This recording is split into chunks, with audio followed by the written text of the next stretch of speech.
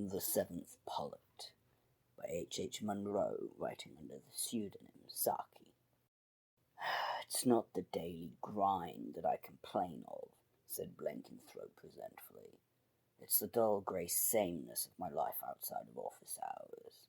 Nothing of interest comes my way, nothing remarkable or out of the common. Even the little things that I do to try to find some interest in don't seem to interest other people. Things in my garden, for instance. The potato that weighed just over 2 pounds, said his friend Gorworth. Did I tell you about that? Said Blenkinthrope. I was telling the others in the train this morning. I forgot if I told you. To be exact, you told me that it weighed just under 2 pounds, but I took into account the fact that abnormal vegetables and freshwater fish have an afterlife in which growth is not arrested. You're just like the others, said Blenkinthrope sadly. You only make fun of it. The fault is with the potato, not with us, said Gorworth. We are not in the least interested in it because it is not in the least interesting. The men you go up in the train with every day are in just the same case as yourself. Their lives are commonplace and not very interesting to themselves, and they certainly are not going to wax enthusiastic over the commonplace events in other men's lives. Tell them something startling, dramatic, piquant that has happened to yourself or to someone in your family, and you will capture their interest at once. They will talk about you with a certain personal pride to all their acquaintances. Man I know intimately, fellow called Blenkinthrope, lives down my way. Had 2 of his fingers clawed clean off by a lobster he was carrying home to supper. Doctor says his entire hand may have to come off. Now that is conversation of a very high order. But imagine walking into a tennis club with the remark, I know a man who has grown a potato weighing 2 1/4 pounds. But hang it all, my dear fellow, said Blenkinthrope impatiently. Haven't I just told you that nothing of a remarkable nature ever happens to me? Invent something, said Gorworth.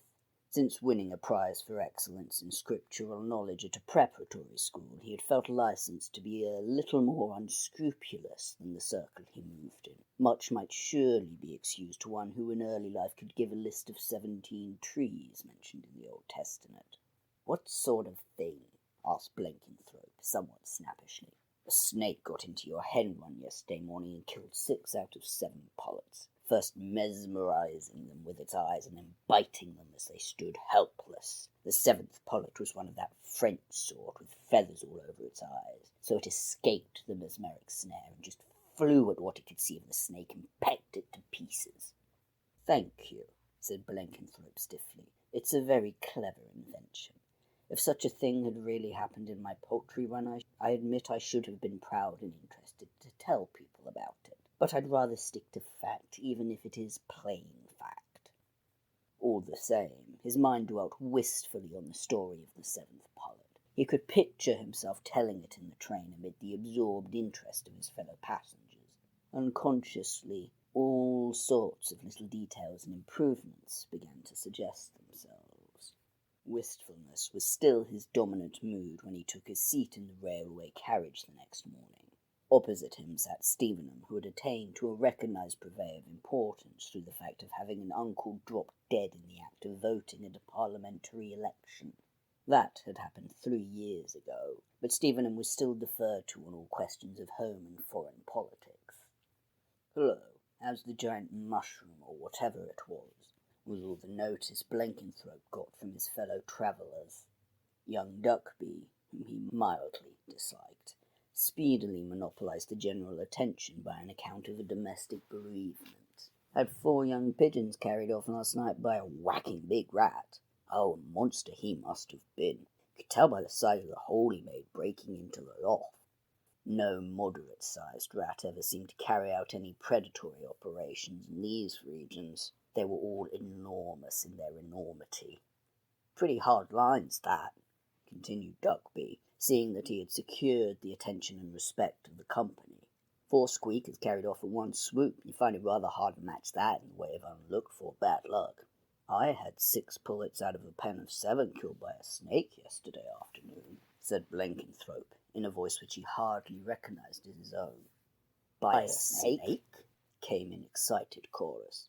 It fascinated them with its deadly glittering eyes, one after the other, and struck them down while they stood helpless. A bedridden neighbour who wasn't able to call for assistance witnessed it all from her bedroom window.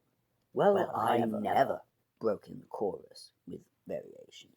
The interesting part of it is about the seventh pullet, the one that didn't get killed, resumed Blenkinthrope, slowly lighting a cigarette. His diffidence had left him, and he was beginning to realize how safe and easy depravity can seem once one has the courage to begin. The 6 dead birds were Minorcas. The 7th was a hoot-owl with a mop of feathers all over its eyes. It could hardly see the snake at all, so of course it wasn't mesmerized like the others. It just could see something wriggling on the ground and went for it and pecked it to death. Well, I'm blessed, exclaimed the chorus. In the course of the next few days, Blenkinthrope discovered how little the loss of one's self-respect affects one when one has gained the esteem of the world. His story found its way into one of the poultry papers, and was copied thence into a daily news sheet as a matter of general interest.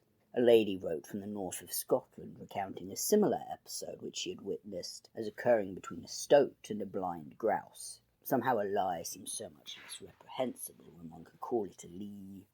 For a while the adapter of the 7th pullet story enjoyed to the full his altered standing as a person of consequence, one who had some share in the strange events of his times. Then he was thrust once again into the cold grey background by the sudden blossoming into importance of Smith Paddon, a daily fellow traveller, whose little girl had been knocked down and nearly hurt by a car belonging to a musical comedy actress. The actress was not in the car at the time, but she was in numerous photographs which appeared in the illustrated papers of Zoto de Bruyne, inquiring after the well-being of Maisie, daughter of Edmund Smith Paddon, Esquire. With this new human interest to absorb them, the travelling companions were almost rude when Blenkinthrope tried to explain his contrivance for keeping vipers and peregrine falcons out of his chicken run. Gorworth, to whom he unburdened himself in private, gave him the same counsel as heretofore. Invent something. Yes, but what? The ready affirmative, coupled with the question, betrayed a significant shifting of the ethical standpoint.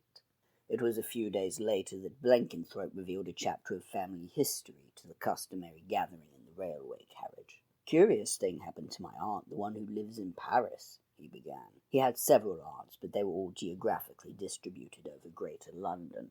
She was sitting on a seat in the Bois the other afternoon after lunching at the Romanian legation.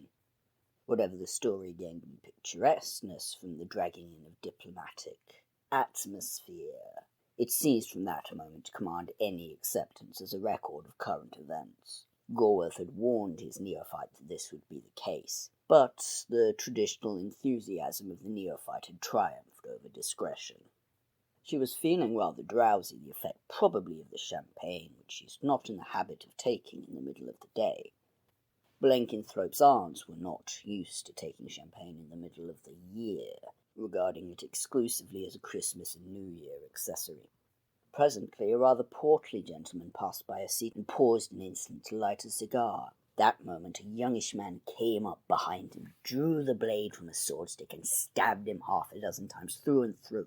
"Scoundrel!" he cried to his victim. "You do not know me. My name is Henry Le Turc." The elder man wiped away some of the blood that was splattering his clothes, turned to his assailant, and said, "And since when has an attempted assassination been considered an introduction?" Then he finished lighting his cigar and walked away. My aunt had intended screaming for the police, but seeing the indifference with which the principal in the affair treated the matter, she felt that it would be an impertinence on her part to interfere.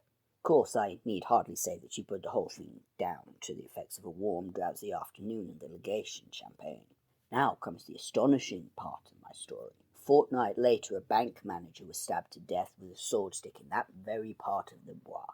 His assassin was the son of a charwoman formerly working at the bank, who had been dismissed from her job by the manager on account of chronic intemperance. His name was Henry Le Turc.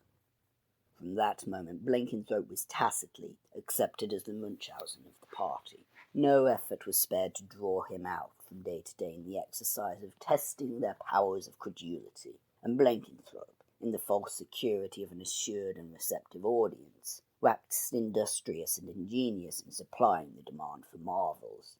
Duckby's satirical story of a tame otter that had a tank in the garden to swim in and whined restlessly whenever the water rate was overdue was scarcely an unfair parody of some of Blenkinthrope's wilder efforts. And then one day came Nemesis. Returning to his villa one evening, Blenkinthrope found his wife sitting in front of a pack of cards, which she was scrutinizing with unusual concentration. "The same old patience game?" he asked carelessly. "No, dear. This is the death's head patience, the most difficult of them all. I've never got it to work out, and somehow I should be rather frightened if it did. Mother only got it out once in her life. She was afraid of it too. Her great-aunt had done it once and fallen dead from excitement the next moment, and Mother always had a feeling that she would die if she ever got it out. She died the same night that she did it. She was in bad health at the time, certainly, but it was a strange coincidence." "Don't do it if it frightens you," was Blenkinthrope's practical comment as he left the room. A few minutes later his wife called to him. "John, it gave me such a turn I nearly got it out. Only the 5 of diamonds held me up at the end. I really thought I'd done it." "Why, you can do it," said Blenkinthrope, who'd come back to the room. "If you shift the 8 of clubs onto that open 9, the 5 can be moved onto the 6. His wife made the suggested move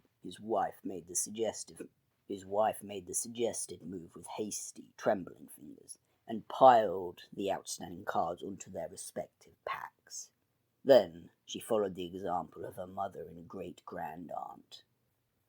Blenkinthrope had been genuinely fond of his wife, but in the midst of his bereavement one dominant thought obtruded itself. Something sensational and real had at last come into his life. No longer was it a grey, colourless record. The headlines which might appropriately describe his domestic tragedy kept shaping themselves in his brain. Inherited presentiment comes true. The death's head patience card game that justified its sinister name in 3 generations. He wrote out a full story of the fatal occurrence for the Essex Vedette, the editor of which was a friend of his, and to another friend he gave it a condensed account, to be taken up to the office of one of the halfpenny dailies.